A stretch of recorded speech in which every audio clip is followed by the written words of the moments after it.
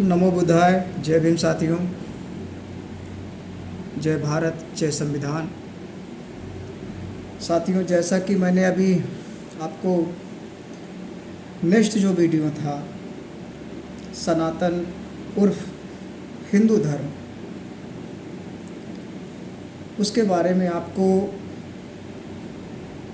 बताया कि जो सनातन है, जो आज के समय में उसको बड़ा लेटेस्ट नाम से बनाया जा रहा है हिंदू धर्म। तो वो हिंदू धर्म जो है, सनातन उर्फ हिंदू धर्म का जो फिलॉसफी है, उसका जो मूल जड़ है वो किस पर टिका है, ये मैंने आपको पिछली वाली वीडियो में बताया। और उसमें दोस्तों, जैसा कि आप देख पा रहे होंगे, एक ये प्रसंग आता है। मैं आपको जूम करता हूँ, शायद आपको दिखाई देगा। ठीक है। तो साथियों, इसमें ये लिखा है कि जो लोग, जो जैसे कि ये लोग हिंदू धर्म के लोग जो है कहते हैं कि मूर्ति पूजा करना चाहिए या मंत्र करना चाहिए। तो साथियों, इस पुस्तक को अगर मुझे पढ़ना होगा तो मैं इसको यूँ रख कर और मैं ये कहता रहूँ पुस्तक पुस्तक पुस्तक पुस्तक, तो ये मुझे पुस्तक पढ़ने को नहीं मिल सकता, इसका ज्ञान मुझे नहीं करना होगा। ठीक है। या इस किताब को मैं यहाँ रखा हूँ और इसको मैं किताब करता रहूँ तो कुछ नहीं मिलने वाला है, उसको पढ़ना होगा। तो जो, जैसा कि डॉक्टर जाकिर नाइक ने कहा था कि किसी भी धर्म के मानने वाले से मत पूछो कि उसका धर्म क्या कहता है। उसके धर्म के ग्रंथों को पढ़ोगे तब आप जान पाओगे कि उसका धर्म क्या कहता है। तो उसमें आपको मैंने बताया, और ये देखिए जो बताया गया है उसी देवी भागवत पुराण में कोई प्रसंग चल रहा है। वहाँ पर कोई कह रहा है कि हे जननी, जो मनुष्य माया के गुणों से प्रभावित होकर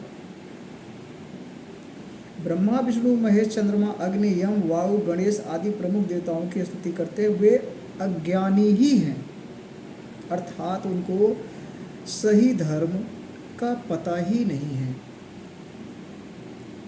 सही धर्म, सही धम्म, मानवता का धम्म का पता ही नहीं है। इसीलिए तो एक इंसान को एक इंसान मारता है, इसलिए मारता है कि एक पत्थर की मूर्ति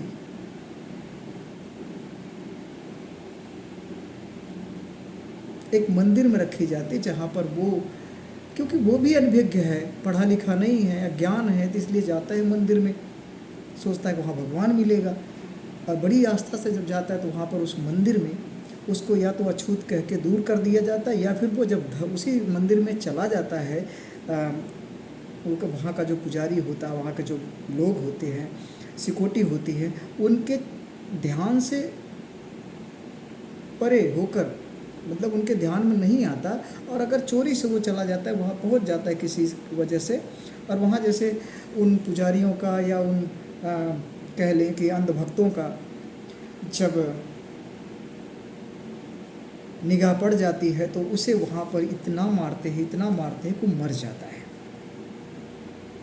उस पत्थर की मूर्ति की पूजा करने की वजह से वो गया था, उसकी श्रद्धा क्या थी। तो साथियों, इसमें जो है धम्म ये लोग खुद नहीं जान पाए, और इनकी ही देवी पुराण में लिखा गया है। आप 414 पृष्ठ खोलेंगे तो उसमें लिखा गया है कि जो सतयुग, द्वापर और त्रेता, ये 3 युग जो थे, प्राचीन युगों में जो राक्षस समझे जाते थे वे कलयुग में ब्राह्मण माने जाते हैं।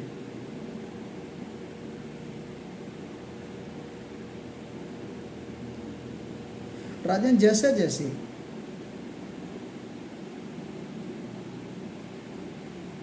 समय बीतता गया, ये वही जो प्राचीन युग में जो, जैसा कि सतयुग, त्रेता, द्वापर युग थे, तीनों युग, उसमें जो राक्षस से, मतलब जो राक्षस, वही आत्मा अभी ब्राह्मण जन्म में आई है। अब के ब्राह्मण प्राय पाखंड करने में तत्पर रहते हैं। झूठ बोलना, वैदिक धर्म कर्म से अलग रहना, इंसान में इंसानियत नहीं देखना और उनसे लड़ते, उनको जातिवाद में, धर्मवाद में, तरह तरह के अज्ञानता में बांटने का काम करते रहते, लड़ते रहते हैं, आपस में ही लड़ते हैं। उनको धम्म का पता ही नहीं है। ये मैं नहीं कह रहा हूँ साथियों, इनके ग्रंथों में लिखा गया है। तो साथियों, और इसमें कह भी दिया कि जो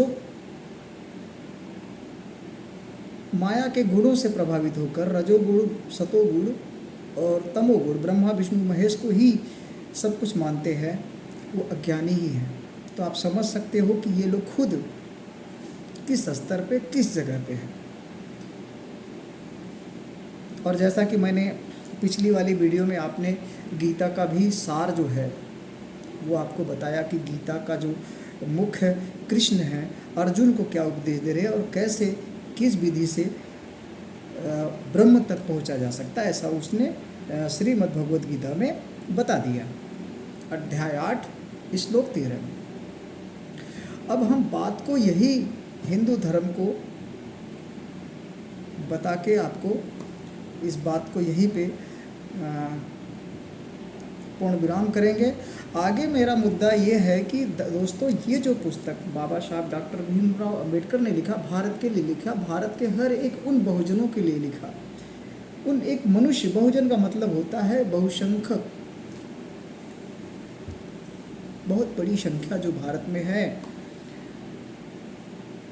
जो अंधविश्वास की तरफ जा रही है, जो अपने घिसे पिटे पुराने जो जिसमें कोई परिवर्तन नहीं है, उस बोझा को लेकर चले जा रहा है। तो जैसा कि साथियों आपको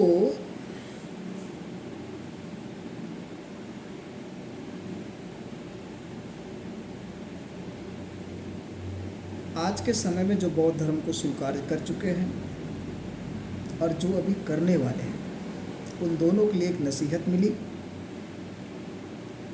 कि अगर आप बौद्ध धर्म को स्वीकार कर लिए हैं तो बहुत ही अच्छा काम किए हैं। आप अच्छे अपने जीवन का, अब जो है मनुष्य का जन्म होता है आपका, आपके अंदर धम्म जागेगा, इंसानियत जागेगा, करुणा जागेगा। तो साथियों, आगे हमारा जो दूसरा इस ग्रंथ में बाबा साहब ने जो भगवान बुद्ध की विचारधारा है उसको क्या लिखते हैं, मैं आपके सामने पढ़ता हूँ और आप विचार करना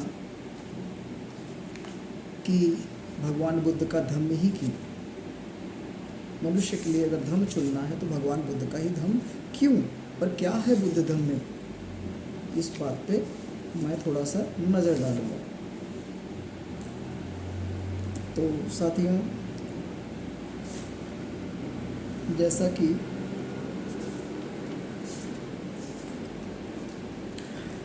मैं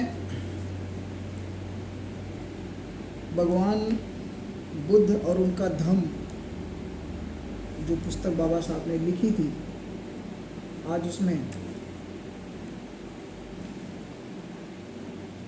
129 पेज पर भगवान बुद्ध को क्या प्राप्त हुआ और भगवान बुद्ध ने कितने गुरु बदले, कौन कौन से गुरुओं के शरण में गए और वो जो गुरु थे वो क्या बताए। ये 40 साल की सीमा कार्य में बाबा साहब डॉक्टर भीमराव अंबेडकर ने सभी धर्मों का अध्ययन किया, सनातन उर्फ हिंदू धर्म का भी अध्ययन किया, क्योंकि उनके पिता रामजी राव चाहते थे कि हमारा पुत्र सम्मुख जैसी क्रांति लाए, एकलव्य जैसी क्रांति चेतना लाए। तो वो काम बाबा साहब डॉक्टर भीमराव अंबेडकर ने कर दिखाया और अपने पूरे भारत समाज के लिए नहीं, विश्व के सभी मनुष्यों के लिए यह पुस्तक और भारत के लिए एक संविधान जो पूर्ण रूप से सभी मानव के लिए हितकारी है, एक आयुर्वेदिक जड़ी है।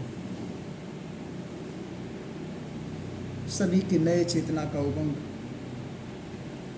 देने का काम बाबा साहब ने किया। तो साथियों, इस पुस्तक में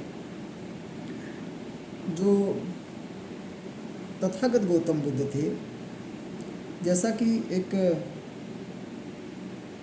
इसमें प्रकरण चल रहा है 129 पेज पर समाधि मार्ग का अभ्यास, मैं आपको पढ़कर आपको सुनाना चाहता हूँ कि क्या है।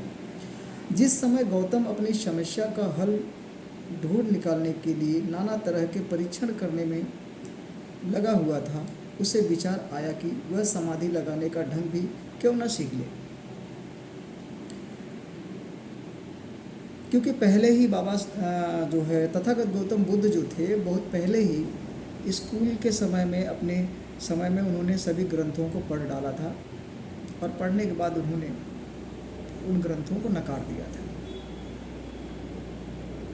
जो भी उनके सामने, उनके कई गुरुओं के माध्यम से उन्होंने सब पढ़ा, और पढ़ने के बाद उसको नकार दिया कि ये सब व्यर्थ की बातें हैं, काल्पनिक कथाएं हैं। तो आगे जो है, जो शुरू होता है कि जैसा कि कृष्ण ने कहा कि आप इस मस्तिष्क पर जो ओम इति एक अक्षर रूपी धुन चल रहा है, उसको आप मस्तिष्क पर ध्यान लगाओगे तो आप ब्रह्म स्वरूप में लय हो जाओगे, जिसको ओम कहा जाता है, ओम इति का अक्षर में। तो कृष्ण ने भी कह दिया कि जितना कृष्ण को अर्जुन ज्ञान था, उसने अर्जुन को दिया कि भाई यहाँ पे ध्यान कर और तू परम गति को प्राप्त हो जाएगा।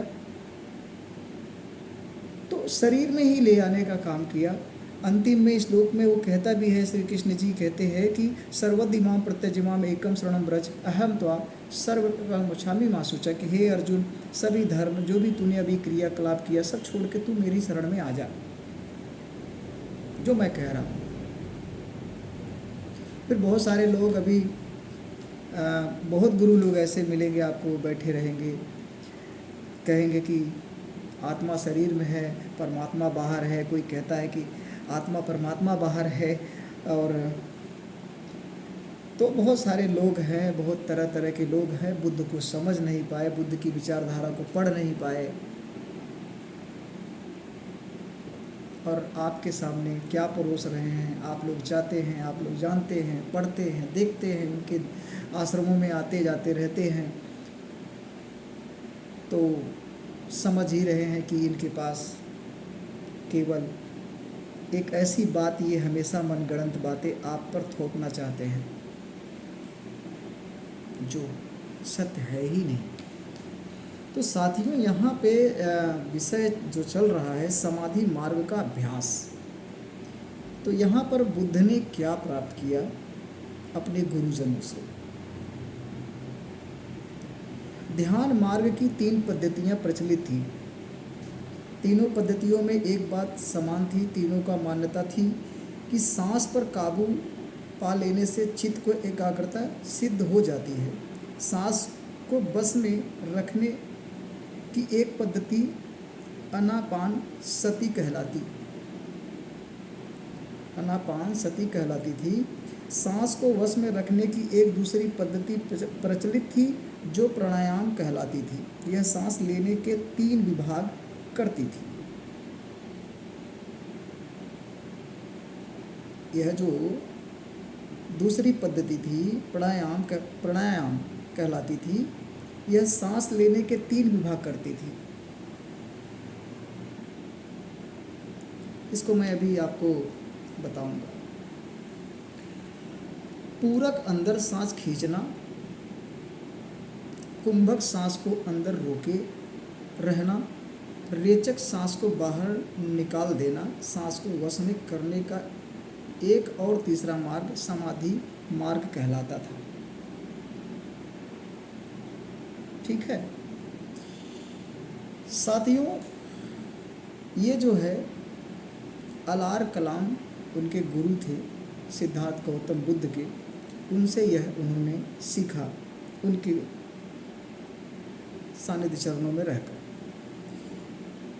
लेकिन इससे भी वो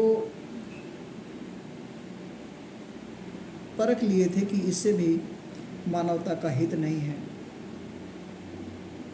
इस शरीर के कुछ अंग तक की जानकारी है, लेकिन अरिहंत की प्राप्ति नहीं, मुक्ति का मार्ग नहीं। फिर आगे इस ध्यान विधि को विशेषता यह थी कि यह सांस का सर्वथा निरोध करके चित्त की एकाग्रता का समापन करती थी। गौतम ने यह विधि सीखी जब उसने सांस को रोककर चित्त को एकाग्र करने का प्रयास किया, तो उसने देखा कि उसके कानों में से बड़ी तीव्र आवाज़ आती है और अपना सिर उसे ऐसा प्रतीत होने लगता मानो कोई तेज चाकू से चीर रहा हो। यह बड़ी कष्टदायक विधि थी, लेकिन गौतम ने इस पर भी अधिकार प्राप्त कर ही लिया। इस प्रकार समाधि मार्ग का अभ्यास किया। साथियों, यहाँ मैं आपको बताना चाहता हूँ कि अलार कलाम के द्वारा जो भक्ति विधि साधना दी गई थी श्वासों पर, उसको यहाँ बता रहे हैं कि तथागत सिद्धार्थ गौतम जो बुद्ध थे, उन्होंने इस क्रिया को भी करके श्वासों की जो क्रिया थी उसको भी उन्होंने देख लिया। उससे भी बात नहीं बनी। फिर उनके जो दूसरे गुरु थे उद्रक रामपुत्र, उनसे भी उन्होंने एक स्टेट और आगे की साधना, जो जैसा कि मैंने बताया कृष्ण के द्वारा दिया हुआ अनहद का धुन है,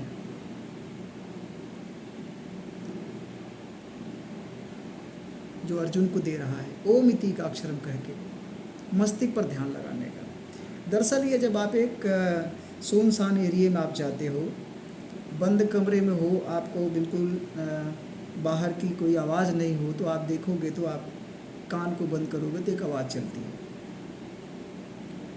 यही जब आप इसमें आप अपने चित्त को एकाग्रित करोगे तो ये धीरे धीरे धीरे धीरे इतनी तीव्र जोर से आवाज़ आने लगती है कि पूछो ही मत। तो इस आवाज़ में भी जो है सिद्धार्थ गौतम अभ्यास किए, और अभ्यास करने के बाद इसको भी उन्होंने नकार दिया कि मानव जाति के लिए, मानव मुक्ति मार्ग के लिए ये भी व्यर्थ है। और इसको भी उन्होंने बड़ी, यहाँ कहा भी कि बड़ी कष्टदायक विधि थी, लेकिन गौतम ने इस पर भी अधिकार प्राप्त कर लिया। इस पर भी उन्होंने अधिकार प्राप्त कर लिया। इस प्रकार समाधि मार्ग का अभ्यास किया। जो समाधि का मार्ग था, जो अलार कलाम और उद्रक रामपुत्र के द्वारा दिया गया था, इस चीज़ को भी उन्होंने, इस पर भी अधिकार प्राप्त कर लिया।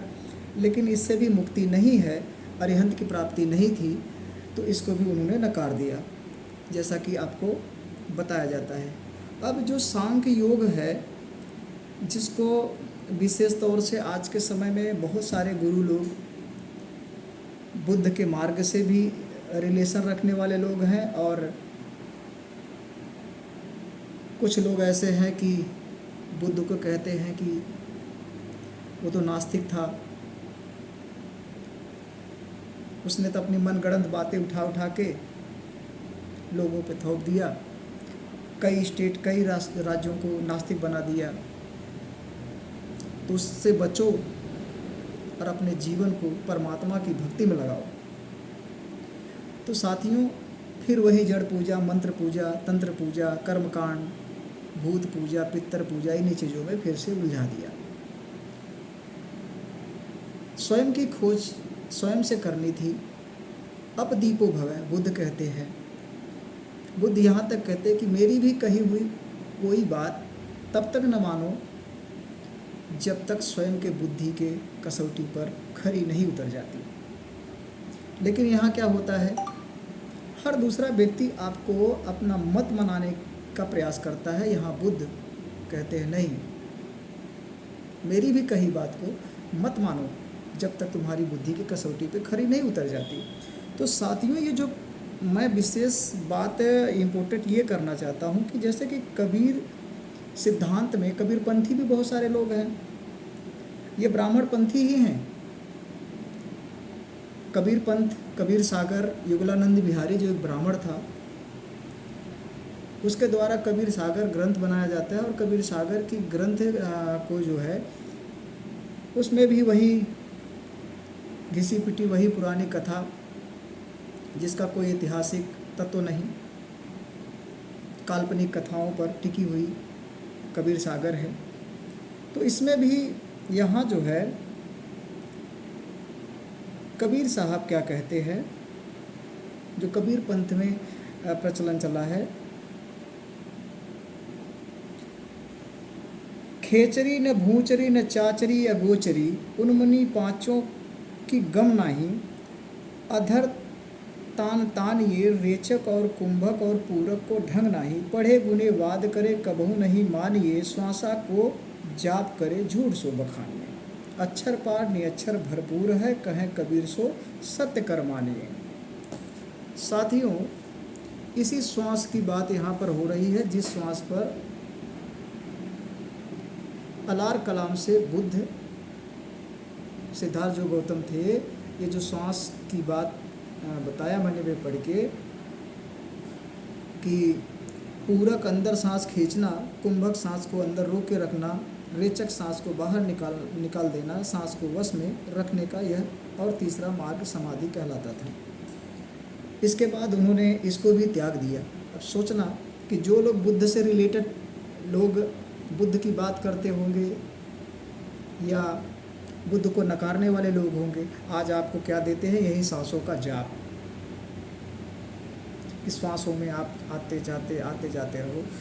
दरअसल यह जो है सांख्य योग दर्शन है। इसी सांख्य योग दर्शन को बहुत सारे जो सनातनी धर्म से रिलेटेड रखने वाले हैं, वो भी कुछ हद तक समझते हैं कि बुद्ध के अनुयायियों को कैसे अपनी तरफ खींचा जाए। तो बुद्ध के अनुयायियों को खींचने के लिए वो लोग भी आज यही साधना देते हैं, सांख्य योग दर्शन। लेकिन इससे ऊपर भी जैसे एक बहुत बड़ा पंथ चलता है, राधा स्वामी पंथ। हमारे बहुत सारे SC ST के लोग, बहुत सारे OBC के लोग इस राधा स्वामी पंथ में भी जाके जुड़े हुए हैं कि चलो यहाँ जाति की बात नहीं होती है, मानवता की बात होती है। लेकिन अंतर आपको किस तरह से खोखला किया जाता है, आपको किस तरह से शोषण किया जाता है, ये आप लोग से वंचित नहीं हो, आप लोग अच्छी तरह जान सकते हो।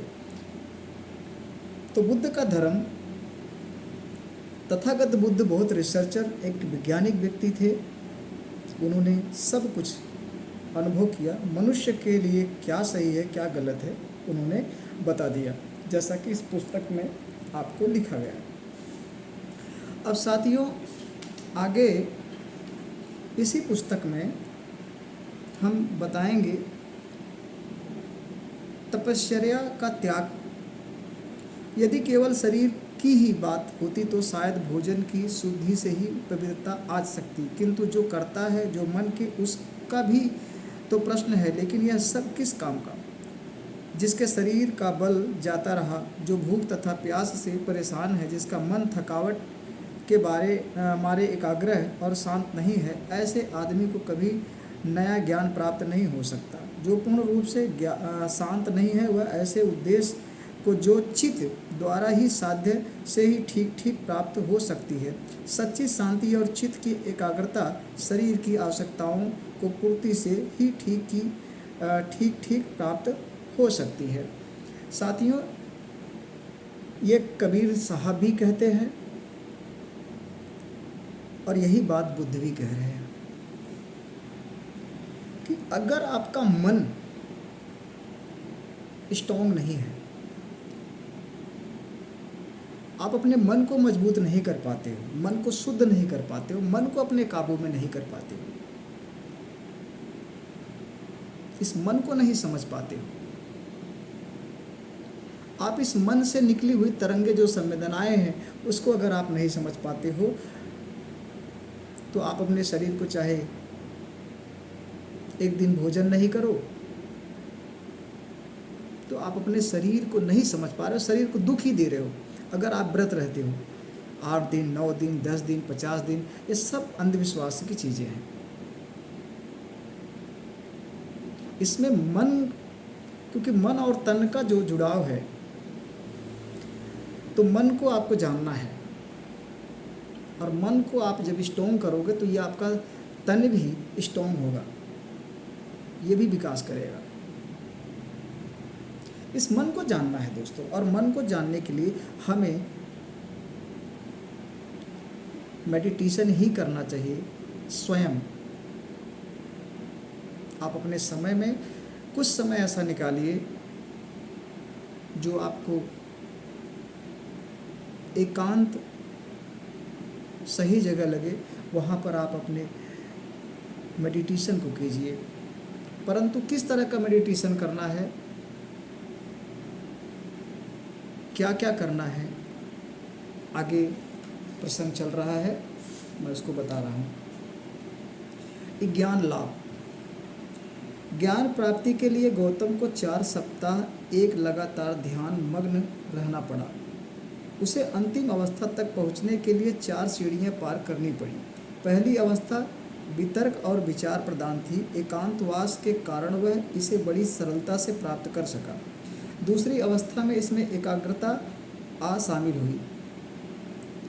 तीसरी अवस्था में समचित्तता तथा जागरूकता का समावेश हो गया। चौथी और अंतिम अवस्था में समचित्ता तथा पवित्रता का संयोग हो गया, और समचित्ता तथा जागरूकता का जब उसका चित्त एकाग्र हो गया था, जब वह पवित्र हो गया था, जब वह निर्दोष बन गया था, जब उसमें तनिक भी कलुष नहीं रह गया था, जब वह सुकोमल हो गया था, जब वह दक्ष हो गया था, जब उसमें दृढ़ता आ गई थी, जब वह सर्वथा राग रहित हो गया था, तथा जब उसकी नज़र एकमात्र अपने उद्देश्य पर ही थी, तब गौतम ने अपना सारा ध्यान उस एक समस्या के हल करने में लगाया जो उसे हैरान कर रही थी। चौथे सप्ताह के अंतिम दिन उसका पथ कुछ प्रकाशित हुआ। उससे स्पष्ट दिखाई दिया कि उसके सामने 2 समस्याएं हैं। पहली समस्या यही थी कि संसार में दुख है, और दूसरी समस्या यही थी कि किस प्रकार इस दुख का अंत किया जाए और मानव जाति को सुखी बनाया जाए। इस तरह 4 सप्ताह तक लगातार चिंतन करते रहने के बाद, ध्यान से सुनना दोस्तों, चिंतन मेडिटेशन में आप अपने शरीर में इस जो चित्त है आपका, चेतना, इसको आपको अपने शरीर के हर हिस्से पे लगाना है। हर हिस्से पे जो जा रही है श्वास, इसमें देखना है कि क्या चल रहा है, क्या संवेदनाएं उठ रही हैं। लगातार चिंतन करते रहने के बाद अंधकार विलीन हुआ, प्रकाश प्रकट हुआ, अविद्या का नाश हुआ, ज्ञान अस्तित्व में आया। उसे एक नया पथ दिखाई दिया, नए धर्म का आविष्कार। जिस समय गौतम ध्यान लगाकर बैठा, उस समय उस पर शाक्य दर्शन का बड़ा प्रभाव था। पिछले जो साधनाएं थी वो उसको विचलित कर रही थी। संसार में कष्ट और दुख है, यह तो एक ऐसा यथार्थ सत्य था जिससे इनकार नहीं किया जा सकता था। लेकिन गौतम इस बात का पता लगाना चाहता था कि दुख को दूर कैसे किया जाए। शाक्य दर्शन के पास इस प्रश्न का कोई उत्तर न था। पिछला जो साधना थी सांख्य दर्शन, जो सांसों का चलना, अनहद की धुन सुनना, उस पर उन्होंने देखा कि उससे कोई भी उत्तर नहीं मिला कि सत्य क्या है। इसीलिए उसने अपना सारा ध्यान इसी एक प्रश्न के हल करने में लगाया कि संसार के कष्ट और दुख को कैसे दूर किया जाए। संसार में जो दुख है उसे कैसे मिटाया जाए, क्योंकि सत्य नहीं मिलेगा तो दुख ही रहेगा, दुख में जलते ही रहेंगे, लोग अज्ञानता जैसी बातें करते ही रहेंगे। जहाँ सत्य नहीं है वहाँ एक दूसरा आपका समर्थक नहीं है।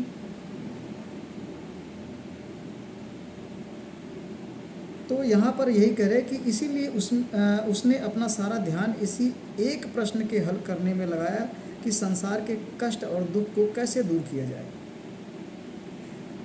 स्वाभाविक तौर पर पहला प्रश्न जो उसने अपने आप से पूछा वह यही था कि कौन से कारण हैं, वे कौन से हेतु हैं जिनकी वजह से एक व्यक्ति कष्ट उठाता और दुख भोगता है। उसका दूसरा प्रश्न था दुख का नाश कैसे किया जाए। इन दोनों प्रश्नों का ही उसे सही सही उत्तर मिल गया। यही सम्यक संबोधि कहलाता है। उनके प्रश्नों का जो उत्तर मिला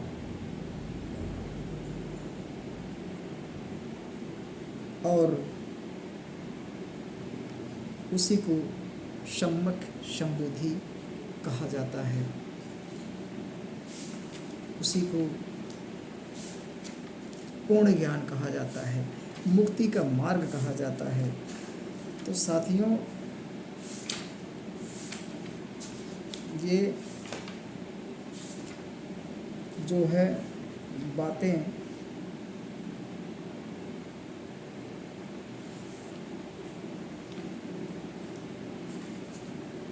आपको स्पष्ट हो गई कि बुद्ध मार्ग जो है, और जब ये सारी चीज़ें बुद्ध को प्राप्त होती है साथियों, तो बुद्ध जो है आपको क्या देते हैं। बुद्ध ने जब अपदीपो भव मेडिटेशन करते हैं और मेडिटेशन करने के बाद जो प्राप्ति करते हैं साथियों, यह है पुस्तक कबीर बीजक। इसमें भी कबीर साहब पर भी बहुत सारी बातें हैं, बड़ी भ्रमता है। मैं आपको ये भी स्पष्ट करता हूँ इसी थोड़ी सी कड़ी में।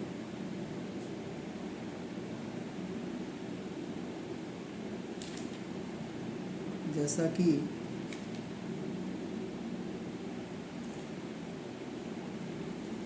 ये पहली रमैड़ी है साथियों, और ये पहली रमैड़ी में आप देखोगे तो इसमें कबीर जी के द्वारा बताई जा रही है कि सनातन धर्म का जो मूल जड़ है वो क्या है, कैसे क्या चीज़ है, तो उस पर उन्होंने भी बताया और अपने बारे में भी परिचित कराया।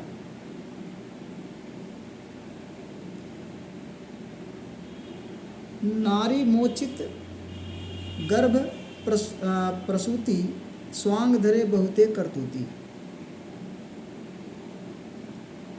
तहिया हम तुम एक लोहु, एक प्राण बियापै मोह, एक जनी जना संसारा कौन ज्ञान से भयहु नियारा, भव बालक भग द्वारे आया, भग भोगी के पुरुष कहाया। तो साथियों, इसमें भी कबीर साहब के ऊपर भी बहुत सारे लोग जो ये ब्राह्मणीकरण करने पे लगे हैं, ये लोग जो है क्या आपको दे दिए हैं, आप जान ही सकते हो कि कबीर साहब प्रकट हुए थे लहर तारा में कमल के फूल पे, फिर उनको भी भगवान कह दिया कि वो जो है मगहर में अपना शरीर त्याग दिए, फूल ही फूल मिला। तो बहुत सारी चीज़ें, बहुत सारी भ्रांतियां हैं साथियों। कबीर, बुद्ध, नानक, रविदास, ये सभी जो है हमारे बहुजन क्रांति महापुरुष थे। हम सब के चेतनाओं को आगे बढ़ाने का, अंधविश्वास से दूर करके सत्य जो है, हम मानवता में मानवता लाने के लिए उन्होंने जो ज्ञान दिया, उन्होंने जो विचार रखा, वो आपके सामने रखा। तो ये सब जो है माँ के गर्भ से पैदा हुए और बुद्ध की विचारधारा को ही कबीर साहब ने भी, रविदास जी महाराज ने भी, गुरु नानक ने भी, और सभी जो महापुरुष हमारे बहुजन समाज के लोग थे, उन्होंने बुद्ध धम्म की विचारधारा को ही आगे लेके हमारे बीच में रखने का प्रयास किया। तो साथियों, श्वासों का जो जाप है, उससे भी बुद्ध को संतुष्टि नहीं हुई अनहद की जो धुन है जो चलती है बहुत तेजी से कानों में, उससे भी उनको प्राप्ति नहीं हुई। अपने चित्त को एकाग्रित किया उन्होंने। जब चेतना स्थिर हुई तो उन्होंने उसमें इन सारी चीज़ों का, सांख्य योग का, और जो बहुत तेज़ी से आवाज़ चलती अनहद की, उसको भी उन्होंने देखा कि सांख्य योग से कुछ इसका लाभ हानि है, तो उन्होंने देखा और उसको व्यर्थ समझा। इसके बाद आगे वो अपनी चेतना को शुद्ध रूप में ले गए, और वहाँ जब उनकी चेतना अपने स्वरूप में आई, अपने स्वरूप को समझी, तो वहाँ पर बुद्ध एक प्रश्न करते हैं कि दुख क्या है, उसके कारण क्या है दुख के। तो उनको उसका प्रश्न मिला और सम्यक संबुद्धि को प्राप्त की। और इसके बाद हमारे सारनाथ में आकर गया से तथागत गौतम बुद्ध धम्म का प्रचार किए, और उस धम्म का प्रचार किए। और आज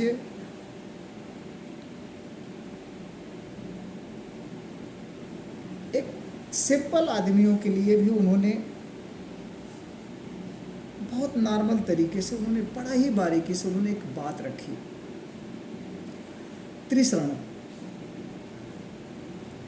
और इसके बाद पंचशील। बुद्धं शरणं गच्छामि, संघं शरणं गच्छामि, धम्मं शरणं गच्छामि। बुद्धं शरणं गच्छामि, धम्मं शरणं गच्छामि, संघं शरणं गच्छामि। और 5 शील दिया। सोचिए दोस्तों कि जो पंचशील है, आप चोरी नहीं करोगे,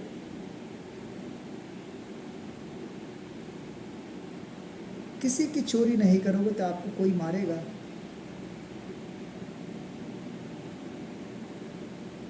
आप नशा नहीं करोगे, किसी प्रकार का नशे का सेवन नहीं करोगे, तो क्या आपका शरीर दुखदायी होगा, आपका परिवार दुखदायी होगा। आप किसी जीव हत्या नहीं करोगे, नॉनवेज नहीं खाओगे, जीव हत्या नहीं करोगे, तो करुणा बनेगी, प्रेम बढ़ेगा।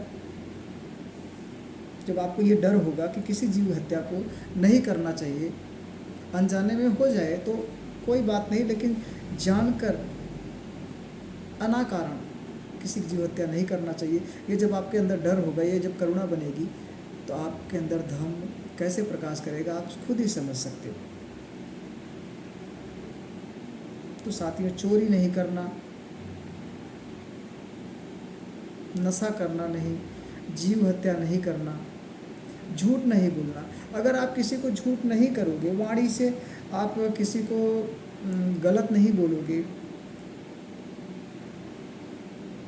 मनसा वाचा करना, तो आप सोचो कि आपसे कितना लोग सत्य बोलोगे, तो सत्य तो सबको प्रेम करना ही है, उसका स्वभाव ही है सत्य। मैं मानता हूँ, क्योंकि नेचर हम लोगों ने झूठ का बना लिया है, इसलिए हम झूठ बोलते ही चले जा रहे हैं, और झूठ बोलते ही चले जा रहे हैं, तो हमारा नेचर बनते जा रहा है। लेकिन जब हम इस नेचर को हटाकर हम सत्य पर टिक जाएंगे, कहते हैं कि बड़ बोले भूत हैं, थोड़ा बोले साधु, तो आप साधु बन जाओगे उस दिन से। सत्य बोलो, थोड़ा ही बोलो, छोटा बोलो, छोटे शब्द में बोलो, 100 प्रश्न का एक उत्तर देने का हल करो, सही बोलो, सत्य बोलो। पराई स्त्री के साथ संबंध मत करो, बेविचार। अगर आप बेविचार नहीं करते हो, आप अपनी पत्नी के साथ अपना प्रेम प्रसंग, आप रिलेशनशिप रखते हो, तो सोचो कि ये जो एक सिंपल व्यक्ति के लिए बुद्ध का धम्म, एक विज्ञान का धम्म आपको कितना जो है प्रकाशित करेगा, आपके अंदर कितनी मानवता लाएगा। आप कितना विकास करोगे? आप अंधविश्वास से दूर रहोगे। तो साथियों, बुद्ध धर्म क्यों स्वीकार करना है?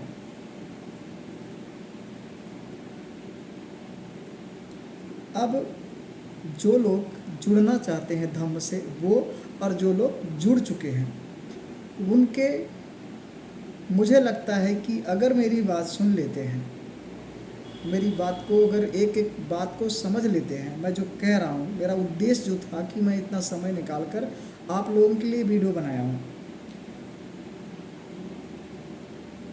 तो आप सबको समझ में आ जाएगा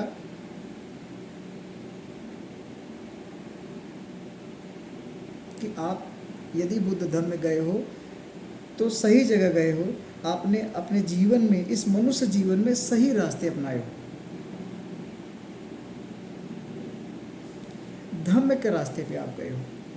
अभी आप मेरे हिसाब से अधर्म के रास्ते पे थे, अज्ञानता के रास्ते पे थे। पूरी यात्रा आपकी नहीं थी, अधूरी यात्रा पे थे। अब सही यात्रा पे आ गए हो, सही धर्म पे आ गए हो, सही ज्ञान पे आ गए हो, सही रास्ते पे आ गए हो, पूर्ण रूप के रास्ते पे आ गए हो। ये अब सही जो है धम्म है, बुद्ध का धम्म। बुद्ध का धम्म ही कहता है कि बुद्ध धम्म की क्या पहचान, मानव मानव एक समान।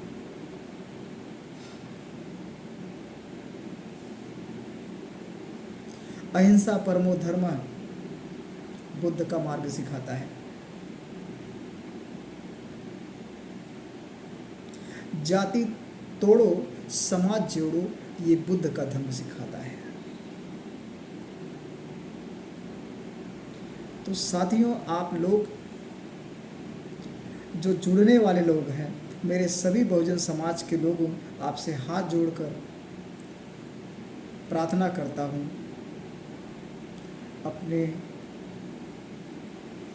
पुराने धर्म, अपने श्रवण संस्कृति, अपने धर्म की तरफ आइए। भूल चूक, जाने अनजाने में आप इतने भटके थे और भटकते ही जा रहे हो। उसे छोड़कर, उस अज्ञानता को छोड़कर, सुबह का भूला शाम को यदि घर आता है, उसे भूला नहीं कहते। अपने सारे आवरण उतार दो, सारे मोह माया लोभ लाज सब त्यागो कि मैं कहाँ गया था, क्या लोग कहेंगे। उसे त्याग कर स्वयं भगवान बुद्ध की शरण में आओ और अपना नया जन्म बुद्ध धर्म में लीजिए। जो बची खुची जिंदगी है उसे कम से कम सत्य मार्ग पर लगाओ, विज्ञान के मार्ग पर लगाओ, जिसमें तर्क हो, जो आपको तर्क करने का समय देता है, बल देता है। ऐसा नहीं कि आपके तर्क को खत्म करने का काम करे। अपदीपो भव, स्वयं को विज्ञान के रास्ते पर लगा के, मेडिटेशन के रास्ते पर लगा के स्वयं को खोजो। यह बुद्ध सिखाते हैं। तो साथियों, मेरी आज की जो वीडियो है कि बुद्ध धर्म क्यों स्वीकार करना चाहिए, उस पर मैंने आप सबको बातें रखी।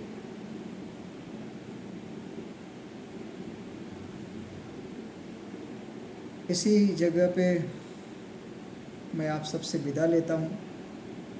अपनी बात को यही पूर्ण विराम करता हूँ और आशा और उम्मीद करता हूँ कि आप स्वस्थ रहेंगे, स्वतंत्र रहेंगे। मेरी बनाई हुई वीडियो को आप अच्छे से देखेंगे और आगे आप एक नई क्रांति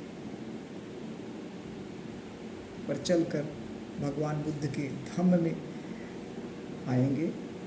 नमो बुद्धाय। जय भीम साथियों।